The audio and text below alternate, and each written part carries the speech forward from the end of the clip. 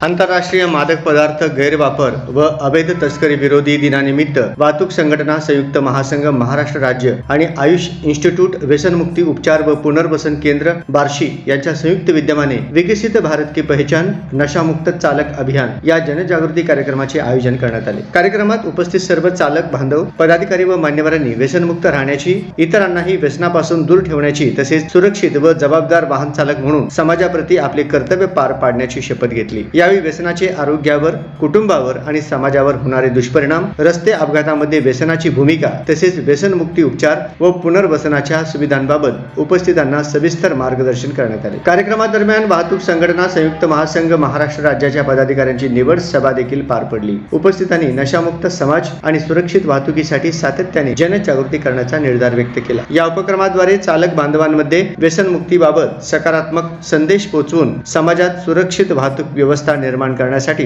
महत्त्वपूर्ण पाऊल उचलण्यात आले। यावेळी प्रमुख पाहुणे प्रदेश अध्यक्ष रियाज सय्यद, आयुष इन्स्टिट्यूटचे संचालक डॉक्टर संदीप तांबारे, मृणालिनी मोरे, ॲडव्होकेट द्वारका देवळे, प्रदीप शिंगे व मोठ्या संख्येने पदाधिकारी व चालक बांधव उपस्थित होते।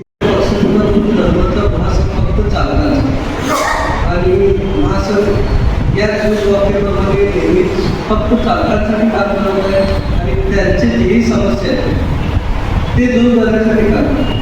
आज चालकांमध्ये सर्वात मोठी समस्या म्हणजे व्यसन आणि ते दूर करण्यासाठी तांबारे सर आणि मोरे मॅडम, ॲडव्होकेट मॅडम यांनी पुढाकार घेऊन महासंघाला एक संधी दिली की आपल्या चालकांना व्यसनमुक्त करण्यासाठी आपण एक प्रोग्राम घ्या आणि आम्हाला अभिमान आहे की आम्ही त्या प्रोग्रामसाठी चालकांना आवाज दिली, चालक बांधव उपस्थित झाले। का म्हणजे प्रोग्राम असं झालं की इथं येण्यासाठी ना एक हिंदीमध्ये म्हटलं मोठा जिल्हा लागतो। सहजासहज कुणालाही असं वाटत नाही की मी व्यसनमुक्त, का म्हणजे त्यांना व्यसन चिल्लर लागली की आणि ते सोडण्यासाठी जर कुणी चांगलं सांगत असेल तर त्याची ऐकण्याची मनस्थिती नसते। हे व्यसनी माणसाची एक ओळख आहे आणि त्यासाठी एवढी कम तादाद म्हणजे एवढी कम गर्दीमध्ये लोक आमचे चालक बांधव आले, का म्हणजे हे ओरिजिनल रिक्षा चालक आहे, ओरिजिनल व्यसन न करणारे आणि चालक लोकांना सेवा देणारे चालक आहे। यांच्या एकच ध्येय की लोकांना सेवा द्यायचं आणि माझा घर चालवायचा। यासाठी लोक नेहमीच आमचं कोणताही कार्यक्रम असू दे हे आवाजून येतात आणि महासंघाला साथ देतात। महासंघ प्रत्येक वेळी मग ते वाहतूक शाखा असू दे, आरटीओ असू दे किंवा कमिशनर ऑफिसर असू दे, चालकांची व्यथा मांडण्याचं काम करतात आणि त्यामध्ये सर्वात जास्त चालकांची जे आता सध्या परिस्थिती ते आता चालक आता सगळ्यांनी सर्वांची ते बोलत आमचे चालक बांधव डिप्रेशनमध्ये खूप चालतात। का म्हणजे तुम्ही बघितले असेल युद्धाचे पहिले जे होते LPG दर 48 रुपये आणि आज ते 110 रुपये, डबलपेक्षा जास्त झाले। भाडे वाढले, लोक भाडं वाढवून देण्यासाठी तयार झाले। मग यांना असं वाटतं की बाबा मी कुठून मी जर 300 गॅस टाकल्यानंतर मला 1000 रुपये होते, आता मी 800 रुपयाचं टाकलं आणि 1200 चूक म्हणजे माझी इन्कम कमी आहे। मग मी घर कसं करतो आणि या डिप्रेशनमध्ये तंबाखू, गुटखा, सिगरेट दिवसभर बसल्यानंतर करायचं चला एक 10 रुपयाची पुडी घेऊ किंवा मावा घेऊ आपण घेऊ। पण महासंघाचा नेहमीच तुम्हाला सल्ला आहे आणि महासंघ तुमच्या सोबत आहे, तुम्ही व्यसनमुक्त तुम्हाला जर काही अडचण आहे तुमच्यासाठीच महासंघ नेहमी काम करत आहे। तुमच्या आर्थिकदृष्ट्या दूर करण्यासाठी महासंघ काम केलं आहे। महासंघाने चालकांच्या आर्थिकदृष्ट्या दूर होण्यासाठी बिनव्याजी सोसायटी आपल्या सर्व चालकांसाठी वाहकांसाठी आयोजित कार्यक्रमाच्या निमित्ताने मंचावर विराजमान असणारे आणि ज्यांचं एखाद्या संघाचा अध्यक्ष कसा असावा हे 5 मिनिटं बघून मी रियाजबाई बघतच राहिलो की आपल्या गावाप्रमाणे प्रत्येक माझ्या सभासदाची काळजी करणारा असा संघाचा अध्यक्ष असे रियाजबाई तळमळीनं आजच्या कार्यक्रमासाठी गेले 15 दिवस झाला त्या दोन्ही मॅडमची पाठपुरावा करणारे आपले प्रदीप दादा, माझ्या सहकारी मोरे मॅडम, देवळे मॅडम व उपस्थित सर्व माझे बांधव. एखादं शहर चांगलं आहे का वाईट आहे हे लोक ठरवतात केवळ त्या शहरातल्या रिक्षावर. आजपर्यंत माझ्या या सोलापूरच्या शहराचा संपूर्ण जगामध्ये चांगला चेहरा निर्माण करणाऱ्या सर्व माझ्या चालक रिक्षा चालक माझा सप्रेम नमस्कार. खरं तर आम्ही व्यसनमुक्तीच्या माणसाला अगोदर भाषण करून आता तुम्ही माझ्याबरोबर सांगितल्याप्रमाणे हिथं मला प्रेरणा कोणी दिसेनाच केली. बसला विचार करतो की आज भाषण काय करावं. पण बसल्या बसल्या माझ्या एक गोष्ट वाचलेली लक्षात आली की व्यसन म्हणजे काय फक्त दारू गुटखा गांजाच नाही. बदलत्या काळात ह्याचं स्वरूप आता बदलत चाललंय.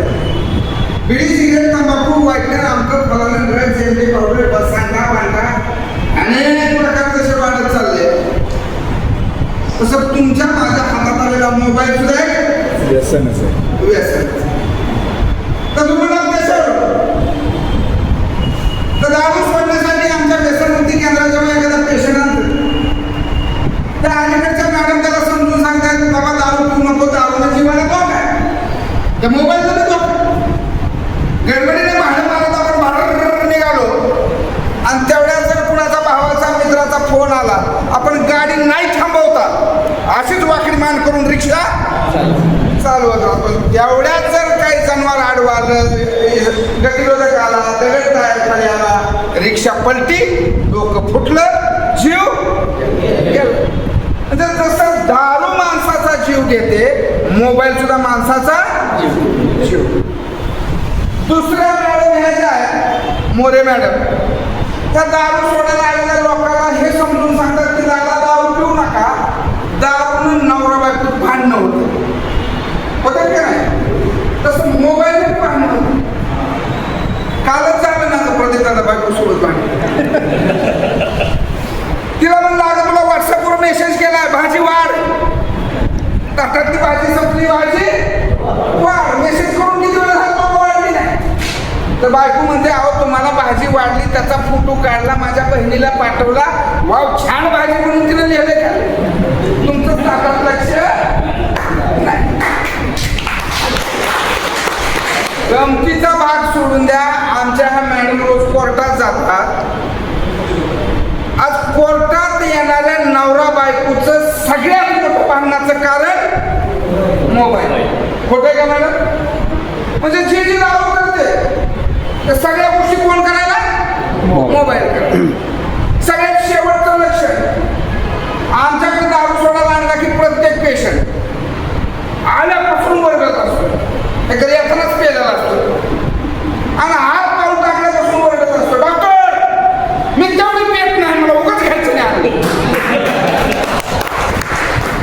आणि तसंच मोबाईलवाला प्रत्येक जण म्हणतो मी तेवढा वापरेल नाही.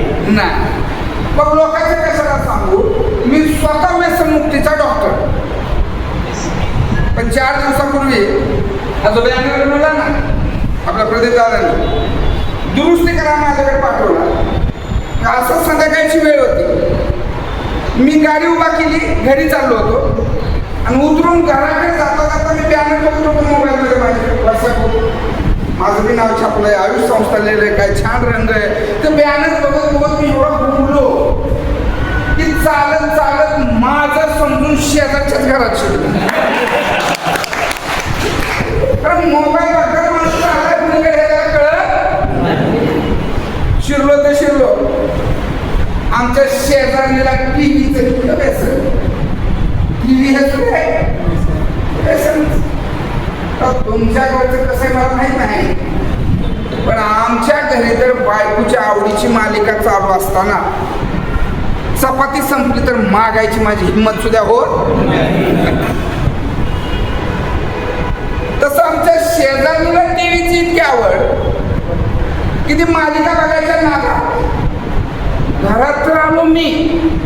पण तिला वाटलं आपलाच नवरा कामावून घरी आला. तिनं बघितलंच नाही कोणी लक्ष दिलं न बघता स्वयंपाकाला गेली चहा घेऊन आली. माझ्या पुढे चहा द्यायला लक्ष ठेवी डोळ्यात करायला लागले. पण मी म्हणलं आला चहा तर सोडायचं कशाला, दारू पिऊ नये म्हणते, चहाला काय होतं. मी कप घेतला, एक बोट पेला, दुसरा बोट पेला, नंतर तिसरा बोट पेणार, एवढ्यात तिचा खराच नवरा आला. आता आपलं काही खरं नाही म्हणजे बडबड काढणार हा का नसताना पण तो बिचारा फेसबुक बघण्यात मोबाईल बघण्यात एवढा गुंग होता की मला बघितलं मलाच हात जोडून म्हणतो माफ करा चुकून आज मी तुमच्याच घरात आलो नाही. व्यसनांनी तुमची आमची आपल्या सगळ्यांचीच एवढी वाईट बिकट अवस्था केलेली असताना माझ्या चालक वाहन बांधवातला एकही जण मोबाईल नव्हे जगातल्या कुठल्याच वाईट व्यसनाला बळी पडू नये म्हणून आजच्या सुंदर बैठकीचं आयोजन करणारे प्रदीप दादा या जैन संघटनेचे सर्व पदाधिकारी जोरदार टाळ्या वाजवून आपण त्यांच्या तर या व्यसनाचा वेगळा असा सगळ्यांवर